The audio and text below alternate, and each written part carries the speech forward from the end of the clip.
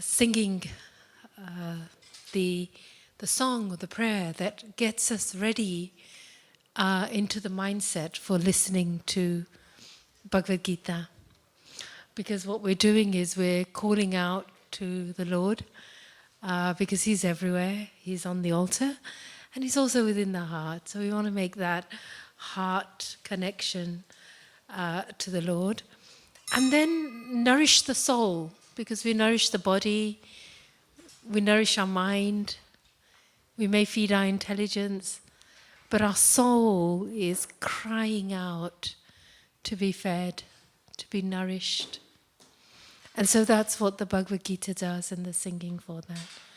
So what I'm going to do is I'm going to start and sing a sentence, and then please, then you sing, and then I'll sing, and then you sing again. Is that all right? And if you don't know the words, just try your best to, to follow on.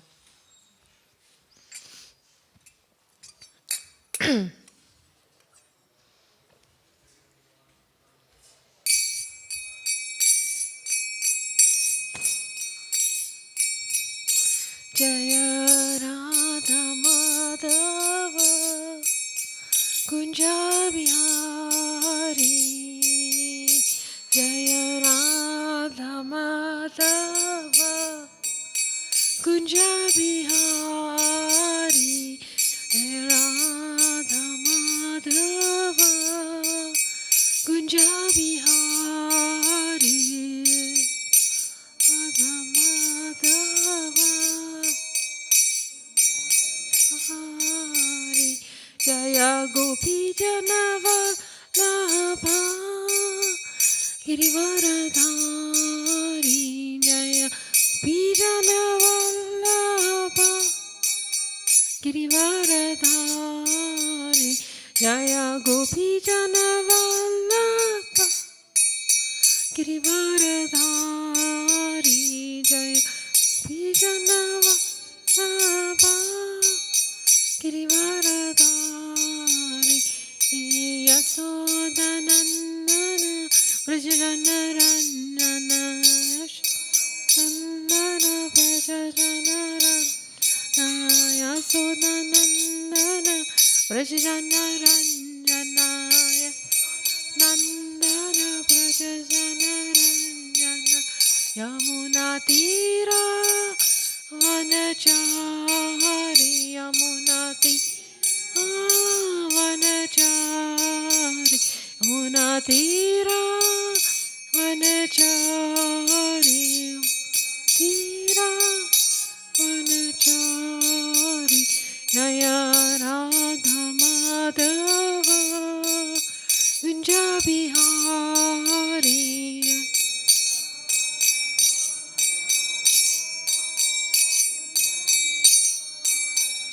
Jaya Radha Madhava Kunja Bihari.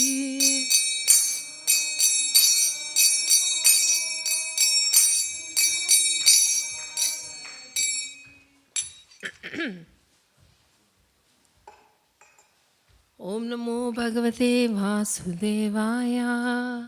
Om Namo Bhagavate Vasudevaya. Om Namo Bhagavate Vasudevaya. Om Namo Bhagavate Vasudevaya. Vasudevaya. So today, ladies and gentlemen, we are reading from, this has got a mind of its own. Let's see if I know how to do this. Okay. So we are reading from the last chapter of the Bhagavad Gita, and it's verse 17. So I will read the Sanskrit and then the translation and purport, and then we can have a class and a discussion.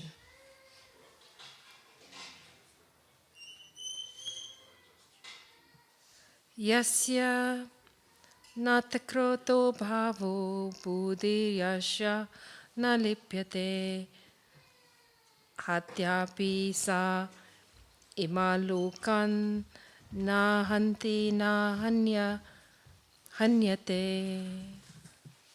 So the translation from Sanskrit into English is one who is not motivated by false ego, whose intelligence is not entangled, who, though he kills men in this world, he does not kill, nor is he bound by his actions. Purport by His Divine Grace A.C. Bhaktivedanta Swami Srila Prabhupada. In this verse, the Lord informs Arjuna that the desire not to fight arises from false ego. Arjuna, though himself is to be the doer of action, but he did not consider the supreme sanction within and without. If one does or does not know that the super sanction is there, why should he not? But one who knows that the instruments of work himself as the worker and the Supreme Lord as the Supreme Sanctioner is perfect in doing everything. Such a person is never in illusion. Personal activity and responsibility arises from false ego and godlessness or a lack of Krishna consciousness. Anyone who is acting in Krishna consciousness under the direction of the Supersoul or the Supreme Personality of Godhead, even though killing does not kill, nor is he ever affected by the reaction of such killing. When a soldier kills under the command of a superior officer, he is not subject to be judged. But if a soldier kills on his own personal account, then he is certainly judged by the court of law. Om Jnanatimirandasya Jnananjana Shalakaya Chakshuranmilitam Yena Tasmai Shri Guruve Namaha. Namo Vishnupadaya Krishnapistaya Bhutale Srimati Bhaktivedanta Swami Iti Namine. Namaste Saraswati Devam Gauravani Pacharne Nivisheshe Sunyadi Pashtadavestane. Jai Shri Krishna Chaitanya Prabhu Nityananda Shri Advaita Shri Gadadhar Shivasa Gauru Bhaktavinda. Hare Krishna Krishna Krishna Hare Hare Hare Rama Rama Rama Hare Hare. So Lord Krishna is instructing Arjuna because Arjuna has lost confidence, not even confidence, but the courage to fight, because he's got all these dilemmas in his head, in his mind, that if I take part in this war, firstly, I don't want to fight with my family. Neither do I want to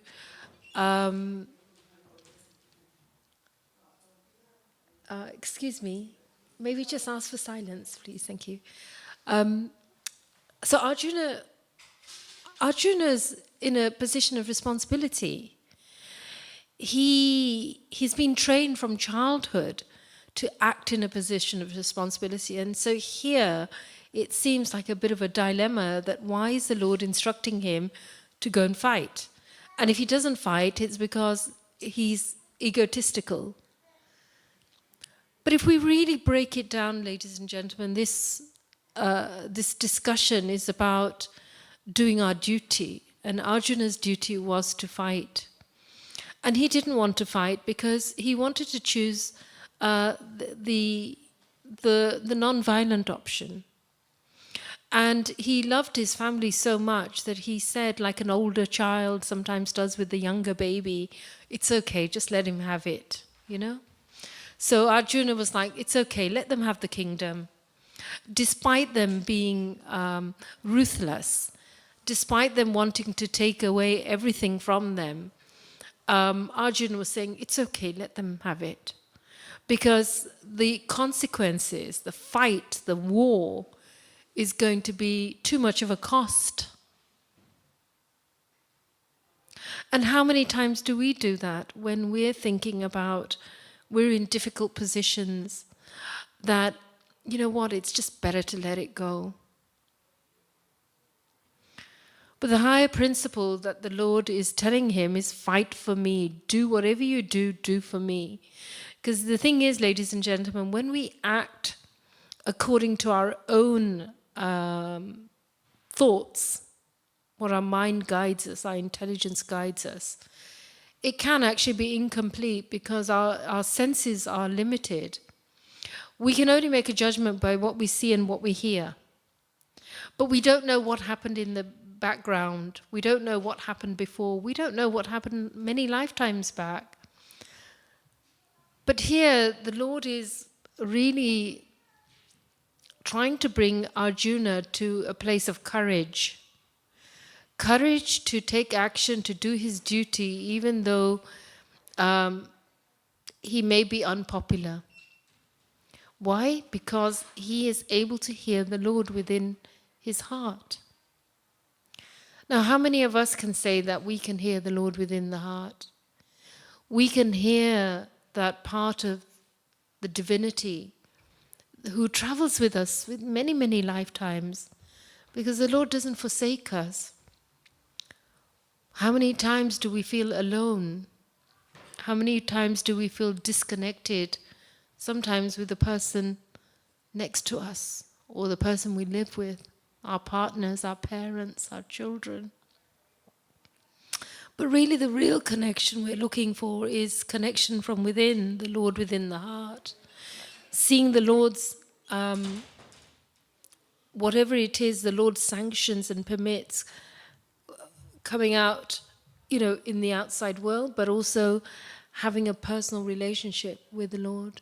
So Arjuna is having a personal relationship with the Lord right now, and he's saying, look, Lord, I don't think I can fight, because if I fight, the women, all these men will die and the women will become degraded, they'll be vulnerable. And then they'll have children who don't have,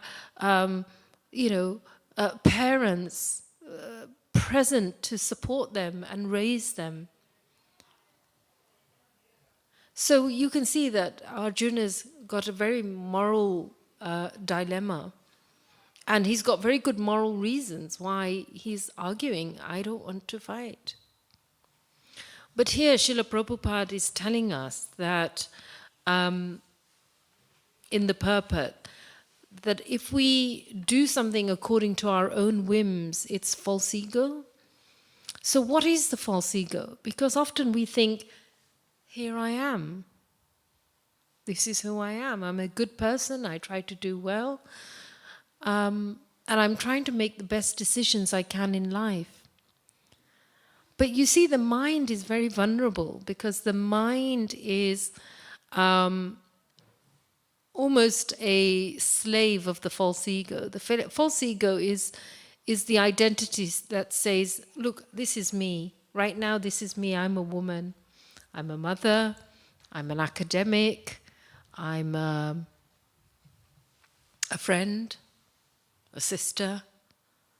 This is my body.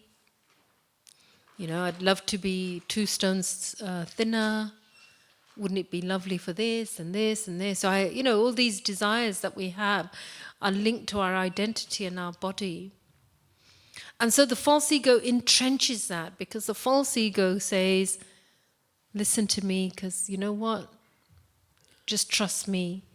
And so how many times do we pander to our that side of us that is our constant companion, but our constant troublemaker? Because the false ego is always trying to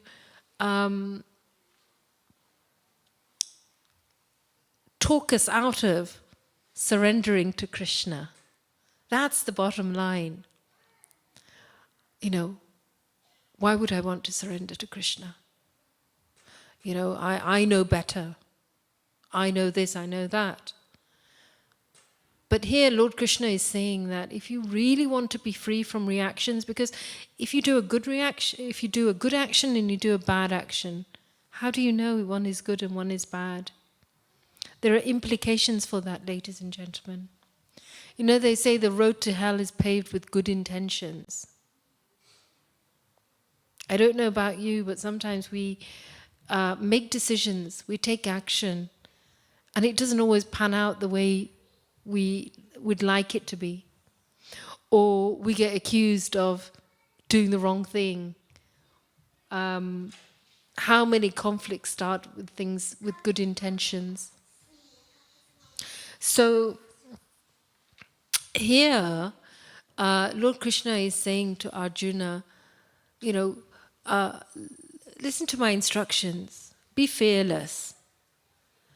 Now, before you get to a place of courage, the courage to be able to say, you know, and the purity to be able to say, I can hear Krishna within my heart, we, ladies and gentlemen, have to transcend some of our limitations. So some of those limitations are what we call the modes. Because we're in material nature, material nature means that we will always experience a tension between goodness, passion, ignorance, anger.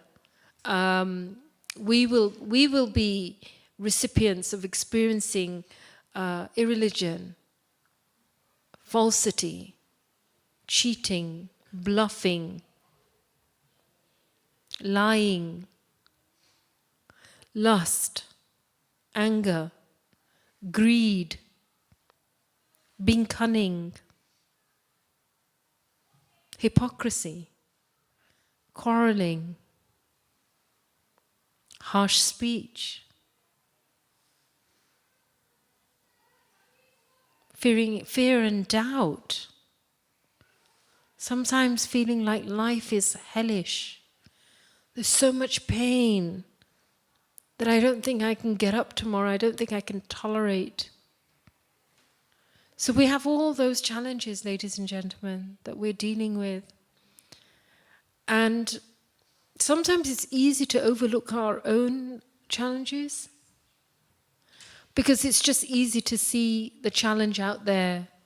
The person who was false with me, the person who cheated me, the person who was a hypocrite, the person who lied to me, the one who was angry with me, the one who was rude, the one who was short-tempered, the one that wanted me for my money or my looks, didn't really love me. And so we can feel all of these things and they can beat us down. And the only way we can actually transcend this, because we're coming to the 18th chapter, which is almost like the conclusion of the Bhagavad Gita, the Lord is actually explaining to Arjuna that we need to just kind of wake up and take a step back and just see what's going on. And this disease of thinking we're lonely and we've got to trust. I know I used to say sometimes, well, if you can't depend on others, you've got to depend on yourself and get on with it, you know? But in Krishna consciousness, even we say, before we can even connect to the Lord within our heart, there's a three-way process. It's almost like a triangulation, you know? It's the nuts and bolts. It's called Guru, Sadhu, and Shastra. That we check in with a Guru, we check in with a Sadhu, and we check in with the Bhagavad Gita before we make a decision. But when we just leap in blindly and make a decision, sometimes we can end up making the wrong decision. And here, Arjuna is kind of thinking, well, I want to go this way, you know, I'll just crumble and just die. At least let them have whatever they want, you know. I'll give up. It's okay, I just don't want the aggro. And on the other side, the Lord is saying, no, just stand up. You know, doing your duty means being in an uncomfortable situation. But if you do it for me, there's no karma. But what happens? The false ego says, no, trust me. I know best. And you know, ladies and gentlemen, it's so, the interception of the false ego is so fast and so quick, you don't even realize that you're operating on false ego. And you know you're operating on false ego because usually after you think, that was terrible. That was a terrible decision. But at that moment, it seemed like the perfect thing. I'm going to give them an earful. I'm going to tell them what I think. And then later on you think, oh, I wish I hadn't. I wish I hadn't underestimated the situation.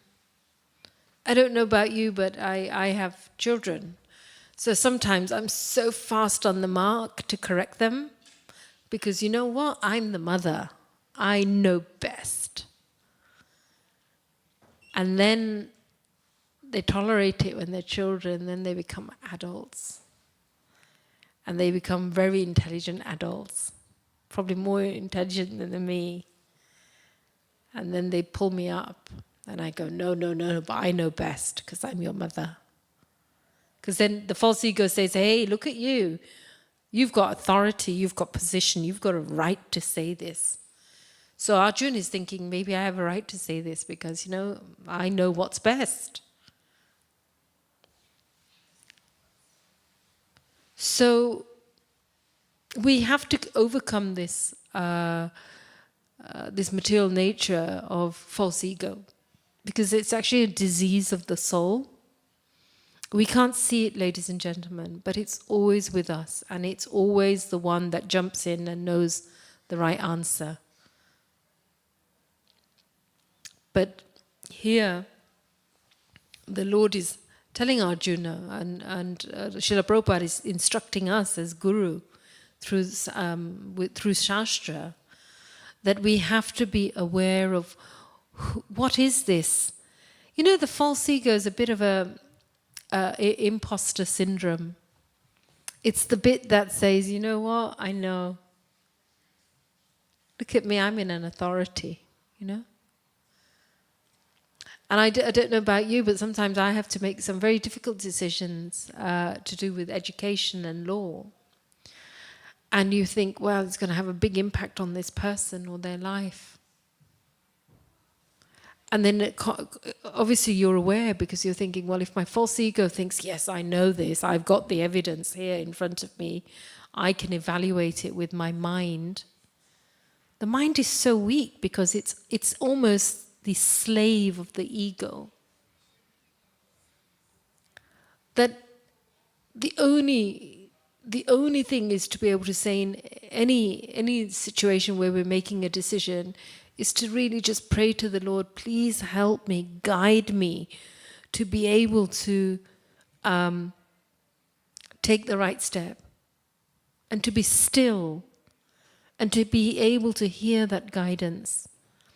And even better, when we're making very big decisions in our life, don't go and just jump in. My mother used to say, you know, there's a Gujarati saying, you know, Kuama, you know, don't jump into the well, you know, because that's how we make our decisions.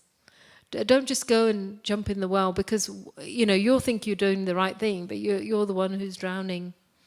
So when you're making a big decision, ask someone senior, someone who is spiritually minded, someone who's not motivated to control you, who's not motivated in their own ego to think, I know better. Not that person. We're not talking about go to the person who'll say, I know better. But a sincere devotee who will listen to you. And then read the Bhagavad Gita. You know, we have such a beautiful gem here of the Bhagavad Gita. It's the most integrous spiritual text that we can have that will guide us. It inspires millions of people. You know, Gandhi was saying that when I have doubts, I come to the Bhagavad Gita.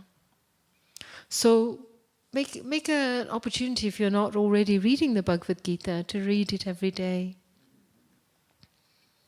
And sometimes, I've found out from a Christian friend, when she reads the Bible, she will say, she'll do a little prayer. Because sometimes we think, oh, I shall read this and I shall find something out from here. I will take something from here. But she will say, my Lord, what is it you want me to know and learn today? So with a humble mood, we can open the Bhagavad Gita and the Lord will interact with us in miraculous ways when we open a text, and we'll find it's actually very relevant. There's something very mystical and spiritual about the Bhagavad Gita, that it will interact with you.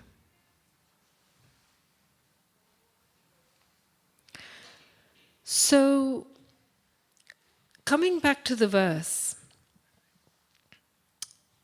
let's go back to it again. One who is not motivated by false ego, whose intelligence is not entangled through, though he kills men in this world, does not kill, nor is he bound by his actions. So here Lord Krishna is saying that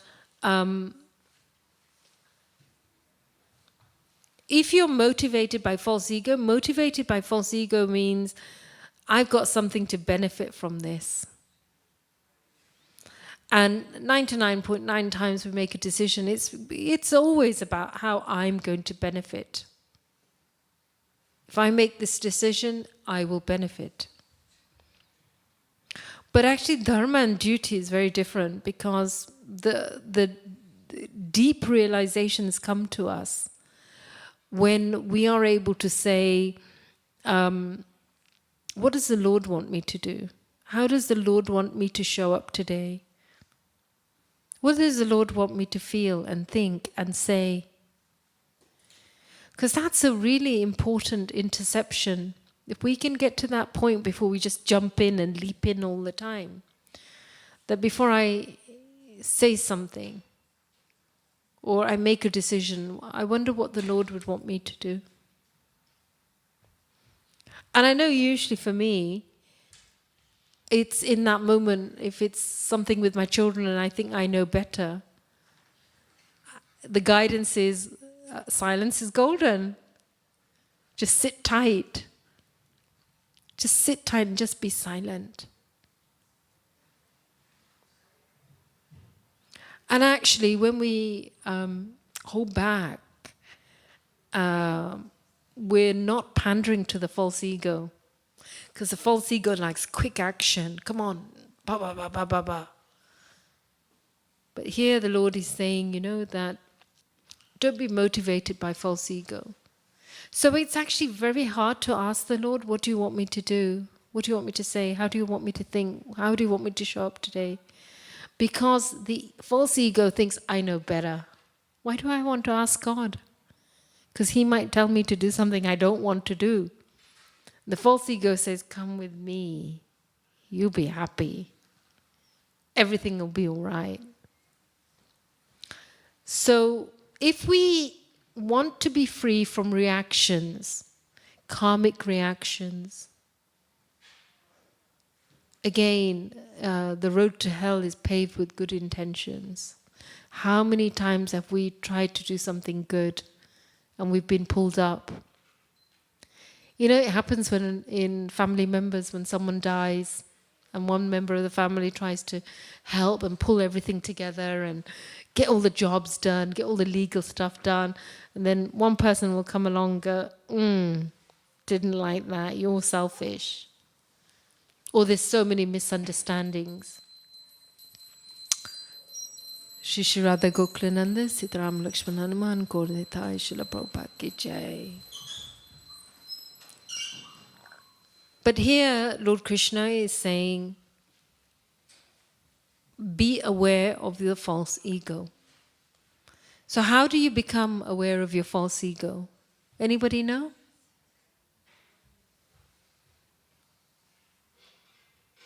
Just shout out, How do you, yes sir? Sorry? Can I say something? Yes, please do, sir. Actually, it is the identity itself. It is not just false ego. It is identity itself is ego. Unless we surrender, when you are not there at all, anything is left as Yeah. yourself as identity is ego. False ego, that additional word of false is not required. Yeah. Ego itself is the disaster, the disease. Yeah. As long as you are identifying yourself with your own, as a person, as an individual. Yeah. Thank you, sir. That's great. Thank you. Yes, please do.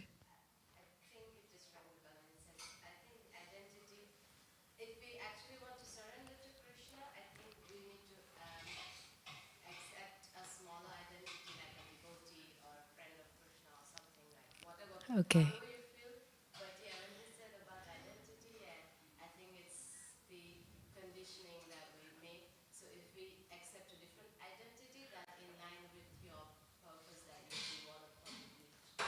Okay. Okay. Thank you. Yeah.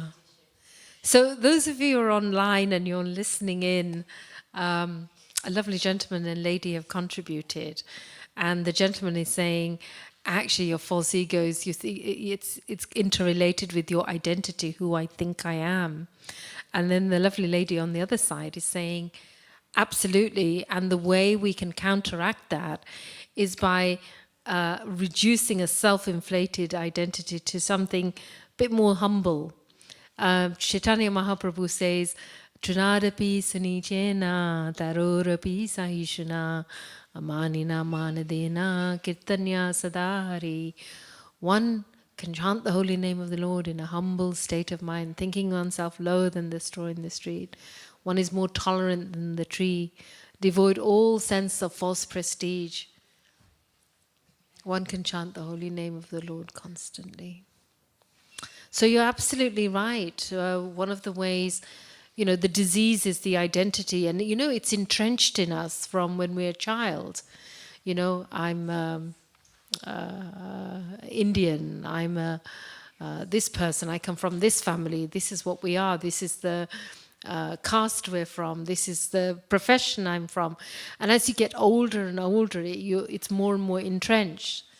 Now, we have even a more dangerous identity when we don't love ourselves. And I don't mean, because the ego loves to think I love myself, so that's not what I'm saying. I'm not talking about the narcissist love, but the love that acknowledges I belong to Lord Krishna and I am part of Lord Krishna. But it's a very humble sense of identity. I'm going to stop here for a minute because I want to know if anyone's got any questions, any contributions, anything that's come up for you today. Is there anybody? Okay, sir, would you like to? When you are briefing, you use the word duty. Yeah. The dharma was the right choice to later on mention, because it is not duty as an identity. Dharma is that you don't have an identity. Now, what has been given to you? Yeah. So it talks of that. That is what I think the Lord wanted to convey. That I am telling, I know what you are here for. You believe your identities and your duties. It is that state, I think. Yeah. Yeah. So you're saying that dharma is separate from identity and duty. Separate from duty. The duty is Yes. to the ego and your identity. Yes. So the equal word, I don't know what Yeah. to use in English. The dharma was a better choice of what you did Yeah. use.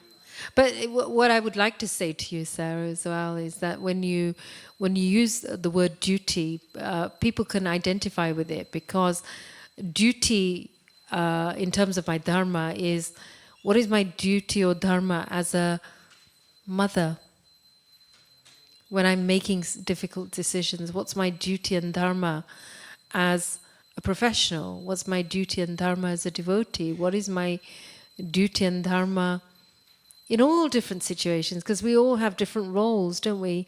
And we all put on different hats. Sometimes we have to put so many hats on, you know. Here the Arjuna's problem was exactly this, Yeah. that he thought that his duty, he could not leave the Arjuna's cap, and he was bound by certain duties as a son and this and So that. let me ask you, sir, what are your challenges? So I was able to overcome certain limitations in my identity, and that is what made me realize how to surrender. Yeah. Limitations, Many apps. things which were put on me, I could let go of a lot of them, Right. and that is where I realized it is not about me and my duty. So when we want to sometimes let go of conditioning, sometimes we think, because the false ego says, well, all that conditioning I had from childhood, it was a limitation. But I would also say that sometimes it's the ego saying that, because the conditioning we've had helps us to stay on the straight and narrow.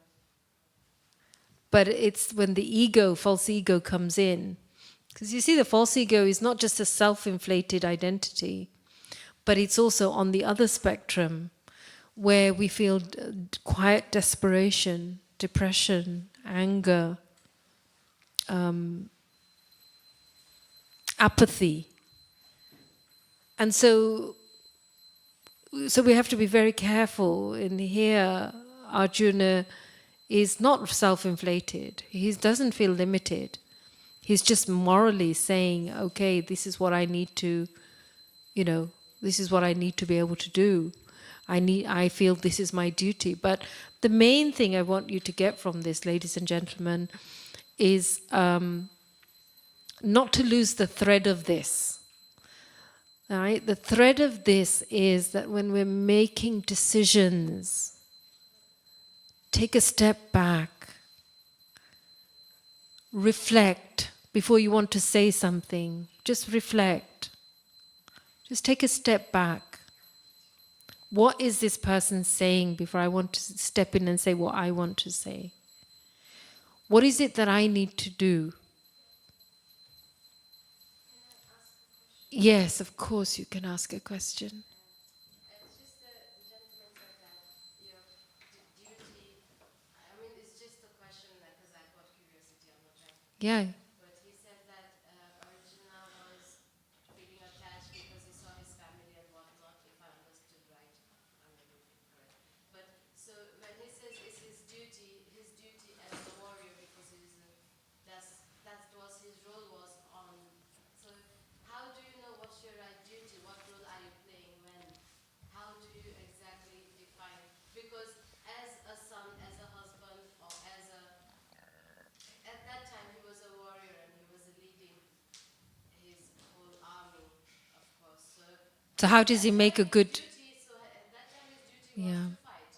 So he wasn't playing a role. He can't say, oh, they are my relatives, they are my cousins, they are my... Yeah. Because that's when he is going to his identity as Arjuna. But when he's in the battlefield, he's not that Arjuna. He's a warrior who's fighting for his people, for his...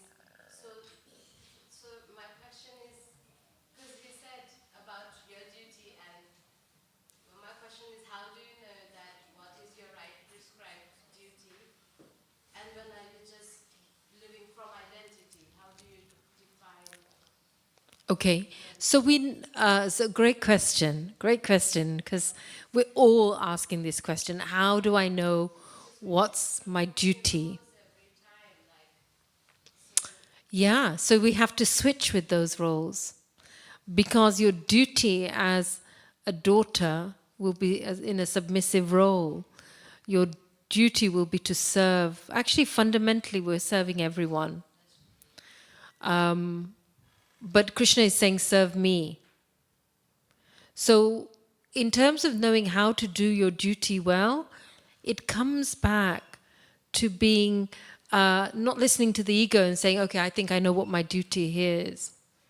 You know, a fundamental example is when a parent is aging, a very elderly parent, and we want to look after our parent, and they almost become like childlike.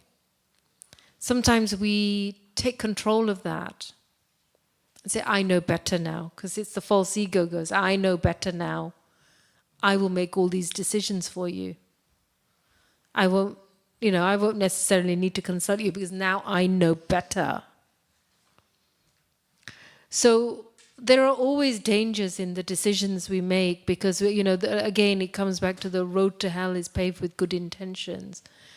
But actually, the way we do our duty is by, firstly, connecting to what Krishna is saying in the Bhagavad Gita. Do it as a service to him. So you have to be conscious of what will be pleasing to the Lord, asking Guru, Sadhu, Shastra, especially when you're making big decisions in life, ladies and gentlemen. Because the ego says, I know better, it's okay, because I know the context, I know the situation. And coming back to our dealings with people, our duty as a mother, as a father, as a brother, as a grandfather, as a child, as a sister, etiquette, courtesy, good manners. These are the fundamental principles, being in the mode of goodness. So if you're in the mode of ignorance, because there are different energy fields, if you're in the mode of ignorance, you won't know what to do. You don't know how to make the right decision. The Lord Krishna says that in the Bhagavad Gita. We become so foggy that we don't know how to make the right decision. So that's about adopting a good diet. Eating sattvic food. Thinking, having a very clean lifestyle. Not putting drugs or alcohol in your body. So I'm not here to tell you how to live your life or what you eat and what you don't eat. I'm just simply saying what Lord Krishna is saying in the Bhagavad Gita. So as you raise your consciousness by what you eat, what you do with your body, what you do with your mind, the more your consciousness rises, the more it's almost like a lifting. It's like the sun comes in. The Lord is described as coming in our life like a sun, that it dissipates all the darkness. So we become more uplifted, we become more positive. When we're more positive, we're more open, we're living a sattvic lifestyle, we're consulting teachers, we're looking at the Bhagavad Gita, we're getting guidance, having a guru in our life.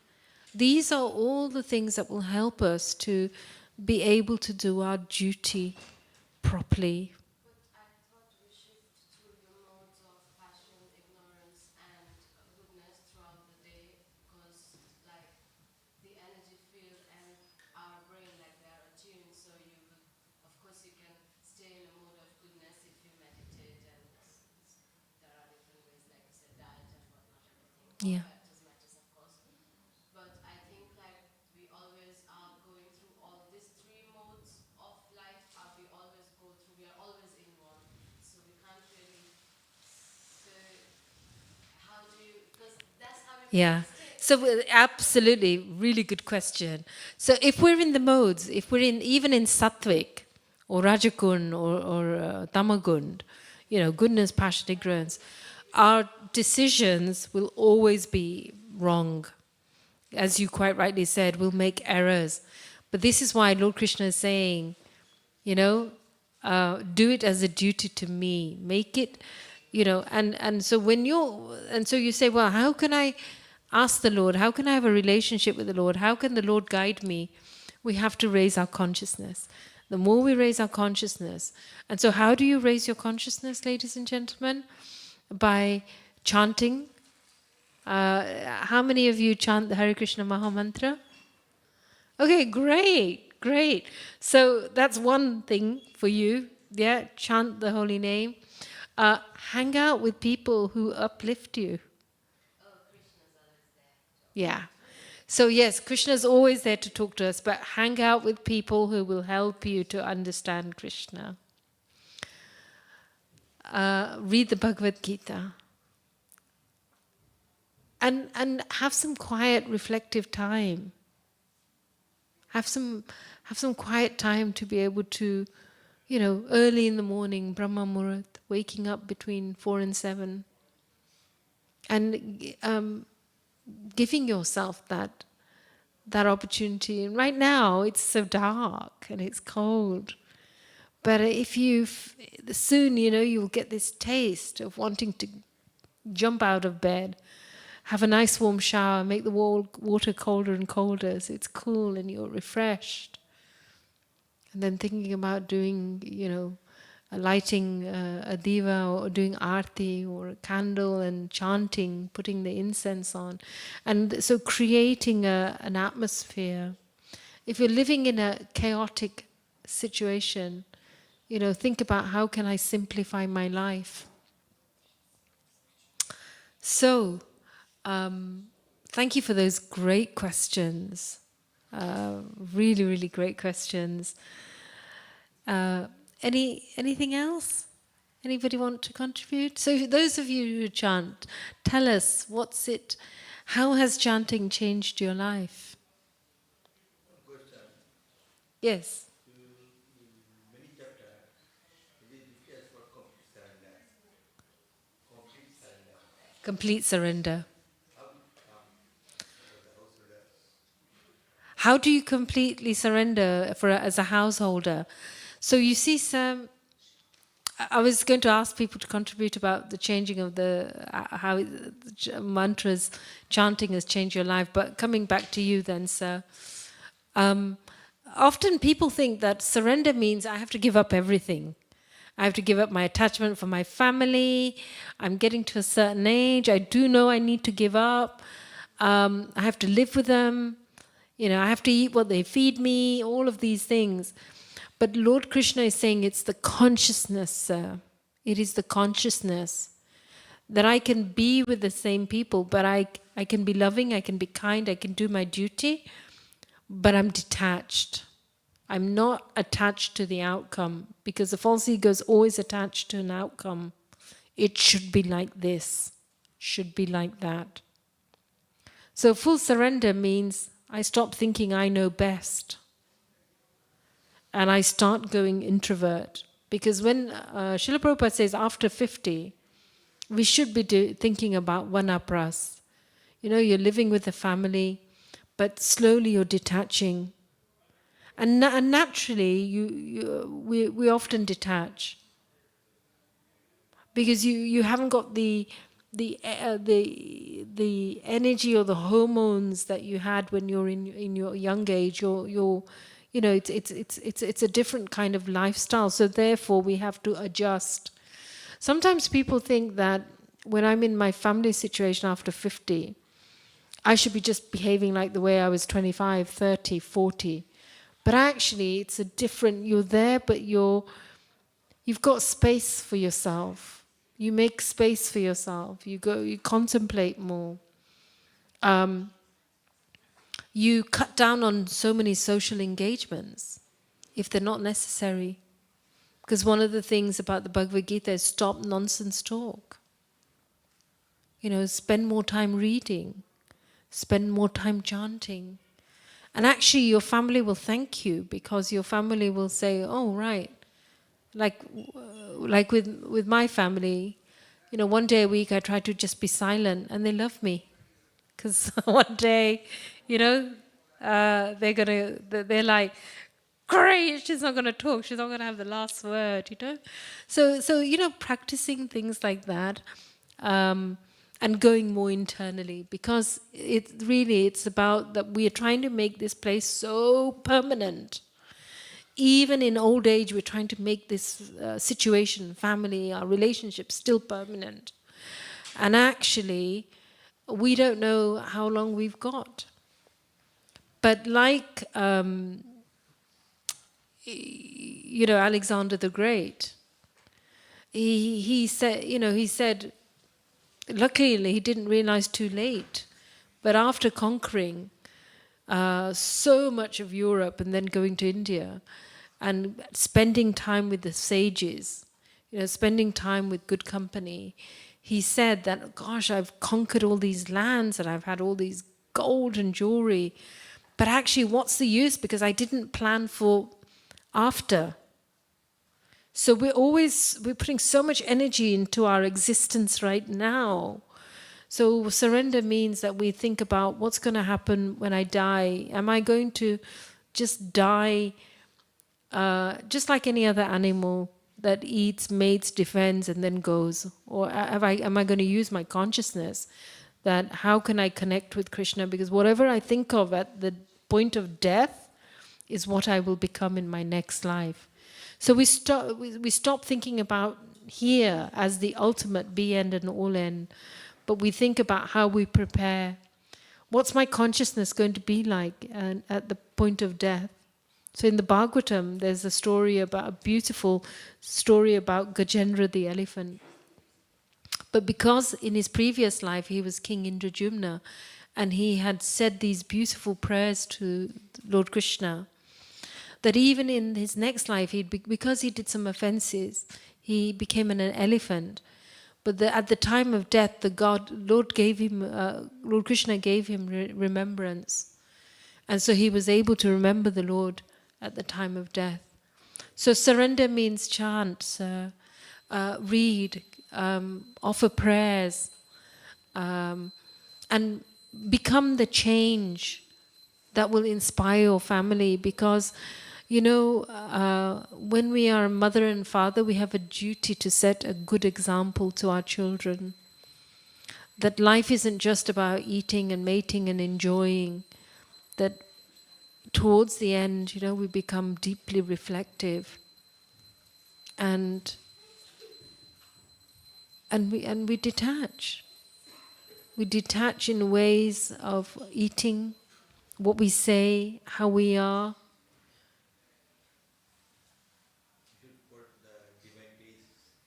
Sorry? Divine grace. Divine grace. Divine grace.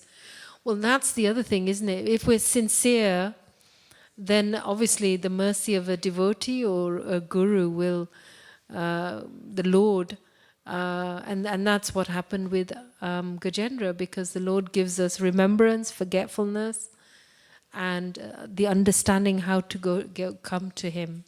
So pray. That's one thing. Pray to Lord Krishna today in the Aarti. Help me to detach. Help me to come to you. And you're doing all the good things. You're coming to the manor. Those of you who are chanting.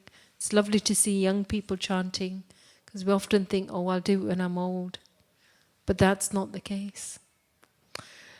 So just before the conch goes at 7 o'clock, would there be anybody who would like to tell us what it's like when you're chanting? Just to inspire others.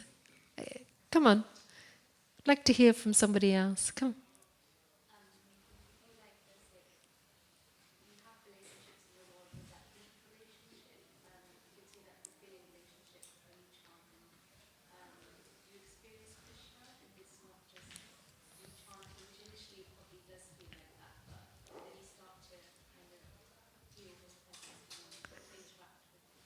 So from what I heard you say is that when you're chanting, you begin to feel the Lord's presence, that you feel a level of connection with the Lord. That's wonderful, because you're probably doing all the right things. Chaitanya Mahaprabhu said, Harinam, Harinam, Harinam eva kevalam, kalo nastyevam, nastyevam gatiranyate. That there's no other way in Kali Yuga where there is hypocrisy and quarrel and fighting. We think we'll go and see this astrologer, we'll do this vidhi, we'll do this puja. But Lord Chaitanya has said just simply by chanting, you can surrender. So that's wonderful. Thank you for your wonderful share. What's your name? Mansi. Thank you, Mansi. Thank you for your share. Anybody else would like to have a final share of their share of when they're chanting the Hare Krishna mantra. What about you, one of you mothers? Tell us.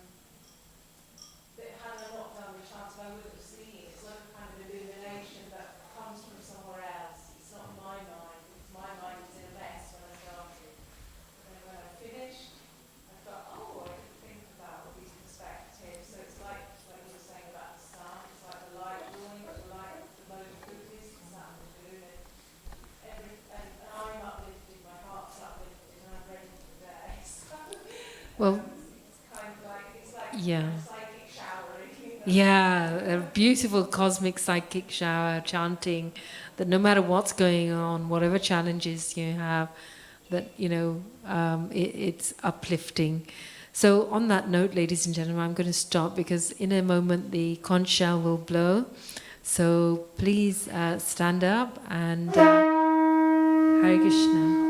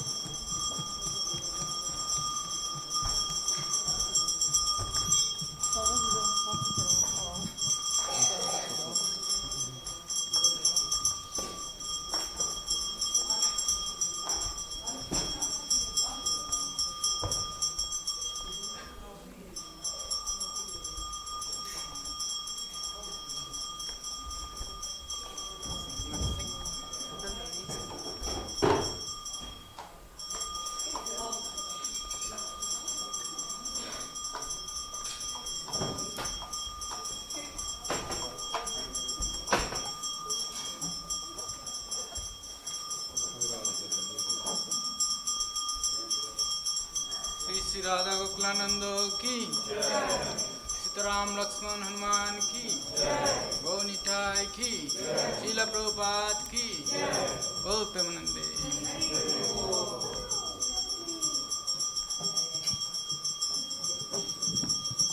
नमो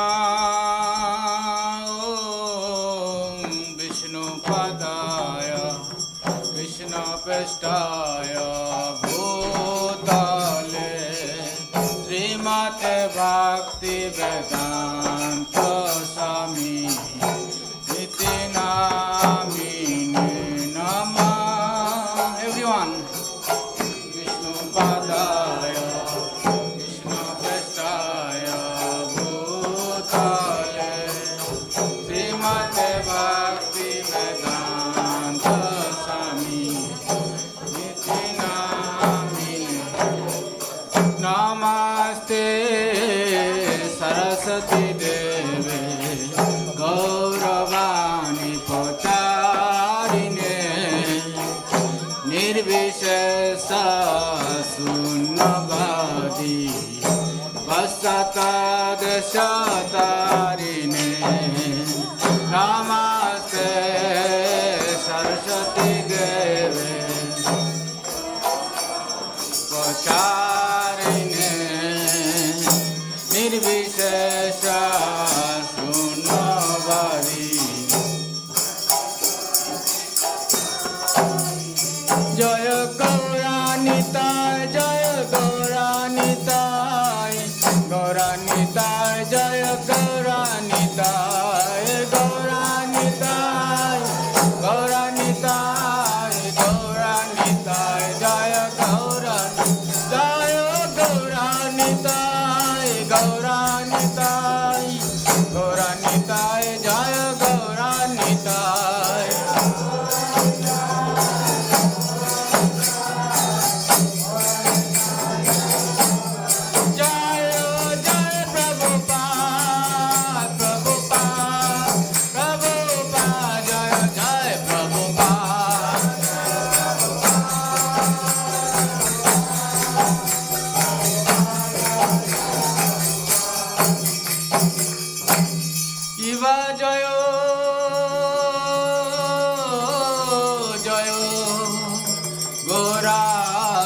चंदे आरती को शोभा शिवा जय जय गोरा चंदे आरती को शोभा शिवा जय जय गोरा चाँदे आरती को शोभा जय जय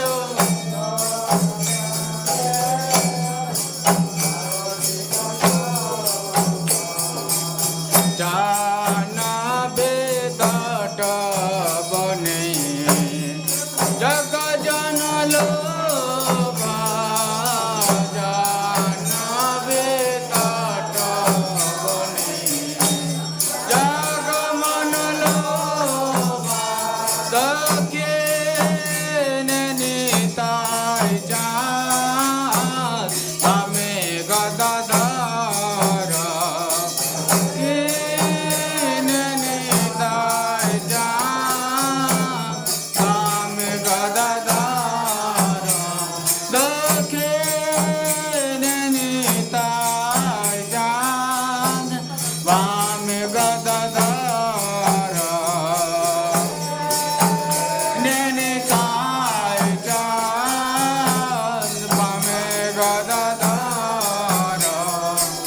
निकटे द्वैत त्रिणी पाश सतदार निकटे द्वैत त्रिणी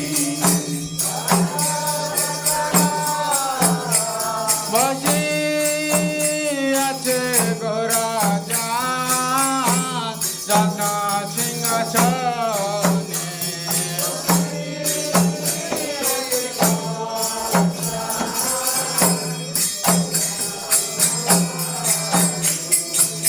आरती करेन ब्रह्मा आदि देवगणे आरती करेन ब्रह्मा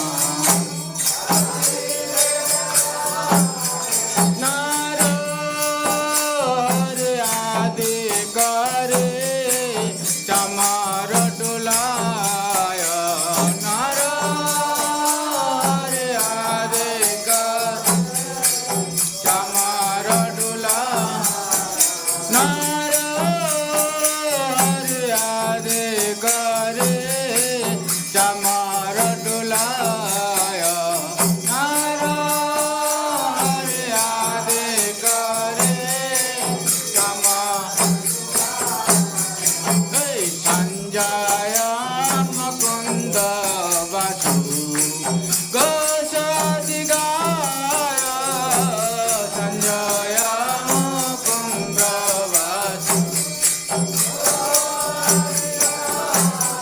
शंख बाजे घंटा बाजे काज करताल शंख बाजे घंटा बाजे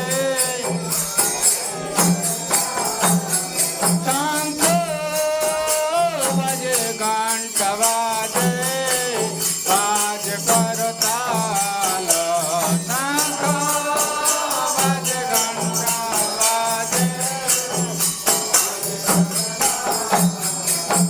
मधुर मृदंग बाजे परम रसाल मधुर मृदंग बाजे मधुर मृदंग बाजे परम रसाल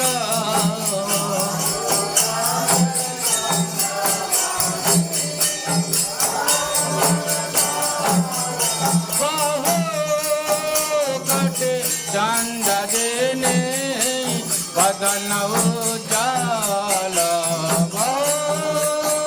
कटे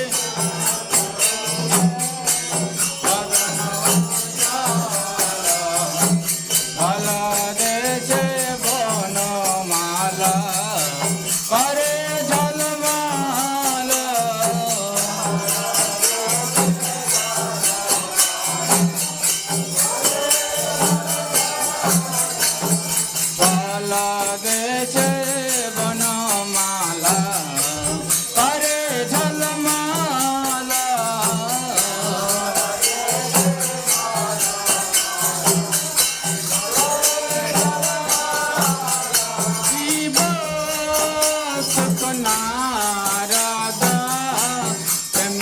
गद गादा शिवा सुख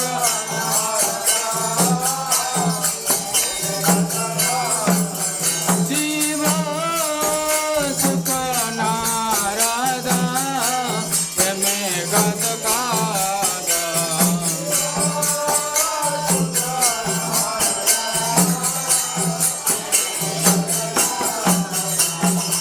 आका देवे नादा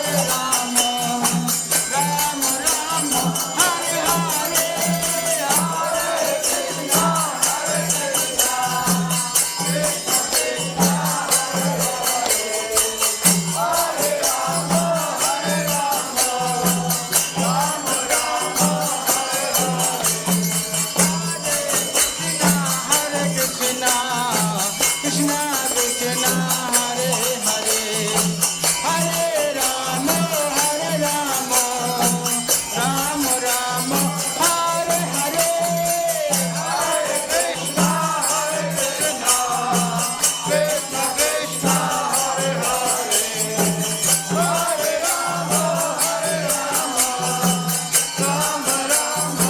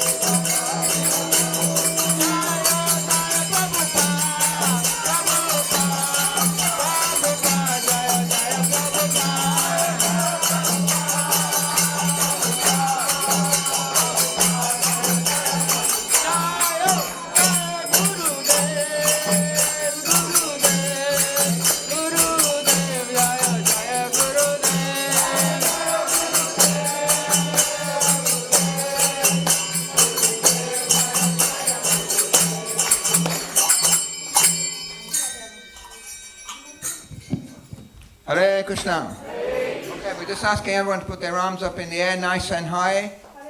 Everyone put their arms up nice and high. Take a deep breath. If you can repeat after me as loud as you can, please. Hare Krishna. Hare Krishna. Krishna Krishna. Hare Hare.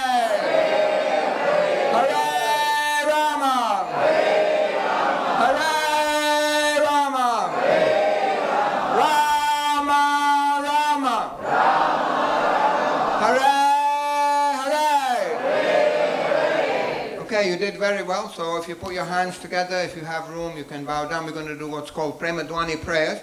For example, if I say, Shri Vrindavan Dham Ki, you say? Okay, let's try it again with more enthusiasm. Shri Vrindavan Dham Ki? That's more like it. Jai Om Vishnupad Paramahansa Parivirajikacharya Astotara Sata Shri Srimad His Loving Divine Grace of Charan Arvind Bhaktivedanta Goswami Maharaj Srila Prabhupada Ke Sri Ananda Koti Vaishnava Vrinda Ke Namacharya Srila Haridas Thakur Ke Sri Rup Sri Sanatan Bhatta Raghunath Sri Deva Gopala Bhatta Das Raghunath Sad Goswami Prabhupada Ke Prem Se Kaho Shri Krishna Chaitanya Prabhu Nityananda Shri Advaita Gadadhar Shivasadi Gaura Bhakta Vrinda Ke Shri Shri Radha Krishna Gopa Gopinath Madan Mohan Shamakun Radha Kunchi Sikir Govardhana Ke Shri Gangamai Jamunamai Ke Tulsi Maharani Bhakti Devi Ke Shri Harinam Sankirtan Yoga Dharma Ke Shri Prabhupada's Transcendental Book Distribution Ke Shri Mathura Vrindavan Dhama Ke Shri Navadvip Mayapur Dhama Ke Nilachal Jagannath Puri Dhama Ke Shri Dwarka Puri Dhama Ke Shri Ayodhya Dhama Ke Vaishnav Sangha Vaishnav Seva Ke Samaveta Bhakti Vrinda Ke. So when I say all glorious assembled devotees, you can say Hare Krishna. All glorious assembled devotees. All glorious assembled devotees. All glorious assembled devotees. All glorious to the lotus feet of Sri Sri Guru and Sri Gauranga. Hare Krishna. Okay, so we're going to sing the Singha Pranam. But before we sing the Singha Pranam, we just want to tell you one announcement. So for those of you that don't know, on the 31st of December, which is the last day of 2022, in the Sri Krishna Haveli, we're going to have something called the Gita Jayanti. That means we're from 8 o'clock, 8:30 in the morning till 2 o'clock, we're going to recite all 700 verses of the Bhagavad Gita in Sanskrit, and it's going to be a big Havan Yagya. So you're all welcome to participate, and it's a beautiful ceremony, and our sannyasi Keshav Maharaj, he'll be giving the chapter summaries in English. So if you can come and be present, please do that. We do every year. And also, those who can't make it, you can log online, Mayapur TV, krishnatemple.com also, and you can have your Bhagavad Gita and follow it. Also, if at reception, we have some of these leaflets. So if some of you like, you can sponsor some Gitas, 5 Gitas, 10 Gitas, 20, 30, whatever you want to give. So those Gitas, either we give you and you can take and give to your friends. Like I said to one person, sponsor some Gitas for and give them to your friend. He said, I don't have any friends. I said, okay, well give them to your enemies then. Then they won't be your enemies for long. So then we give them out to prisons, to hospitals, to old age homes. We put them in hotels. So in the prison, people they can't say, I don't have time, isn't it? Because they've come there to do time. So anyway, that's something beautiful to do, and also we're giving that knowledge, Vidya Dan, and so if you can come, you can participate in any way, please do that. There's leaflets at reception. Also on Shri Radha Gokulananti ki jai, Shri Ram Lakshman Hanuman ki jai, Shri Gaunitai ki jai, Srila Prabhupada ki jai. Also on New Year's Eve, in the evening, we have another special program from 7 o'clock in the evening till just past midnight. So we're going to do special kirtan to help bring in the new year, to make 2023 auspicious rather than suspicious. Okay. So Hare Krishna. So we're just going to do Nrsimha Pranam, and then they'll be serving prasad.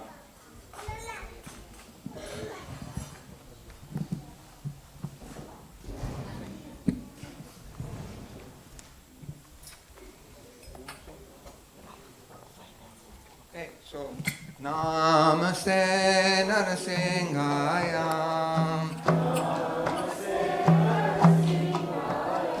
Pralada Lada Dayine.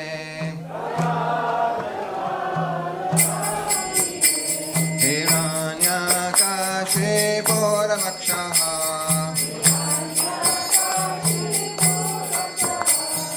Shilatangana Galaye.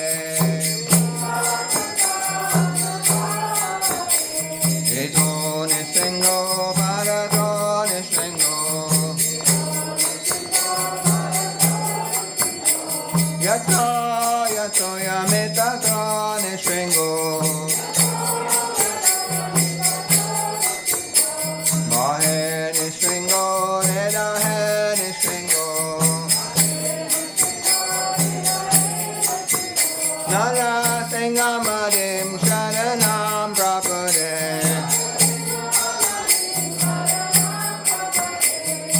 Abhakara Kamala Vare Nasamaduta Sengam Dalita Heranyakashipu Tanubringham Keshavarita Narahari Rupa Jai Jagaresha Hare Jai Jagaresha Hare Jai Jagaresha Hare Abhakara Kamala Hare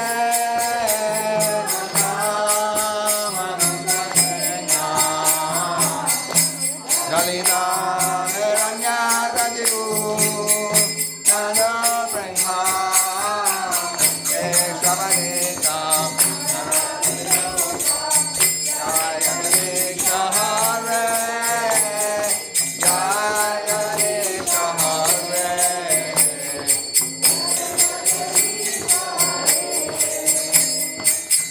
Keshavarita Narahari Rupam Jai Jagaresha Hare Jai Jagaresha Hare Jai Jagaresha Hare Keshavarita Narahari Rupam Jai Jagaresha Hare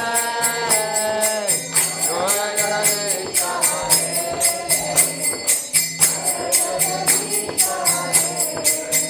Jaya Narasimhadev, Jaya Narasimhadev, Narasimhadev, Jaya Narasimhadev.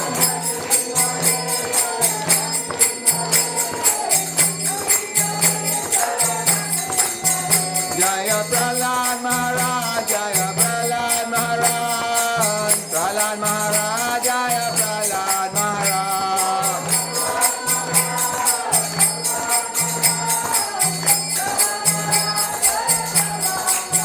Jaya Jaya Prabhupada, Prabhupada, Prabhupada, Prabhupada.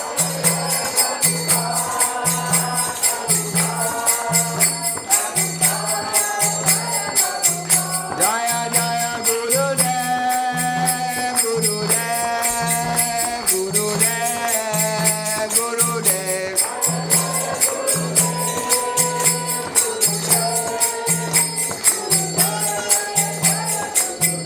Nitai Gaura Haribo, Haribo, Haribo, Haribo.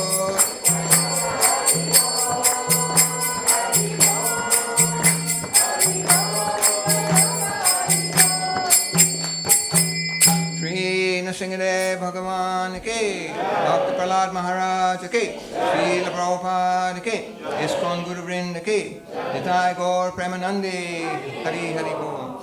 So thank you everyone for coming to Bhaktivedanta Manor this evening on a cold, wintry night. You've made a sacrifice. Some of the people still at home by the radiator, but you've become very happy and you've made so much spiritual advancement. So the next aarti will be at 9 o'clock, and they're serving Mahaprasad next door. So please make sure you take some Mahaprasad, and hopefully see you very soon. Hare Krishna.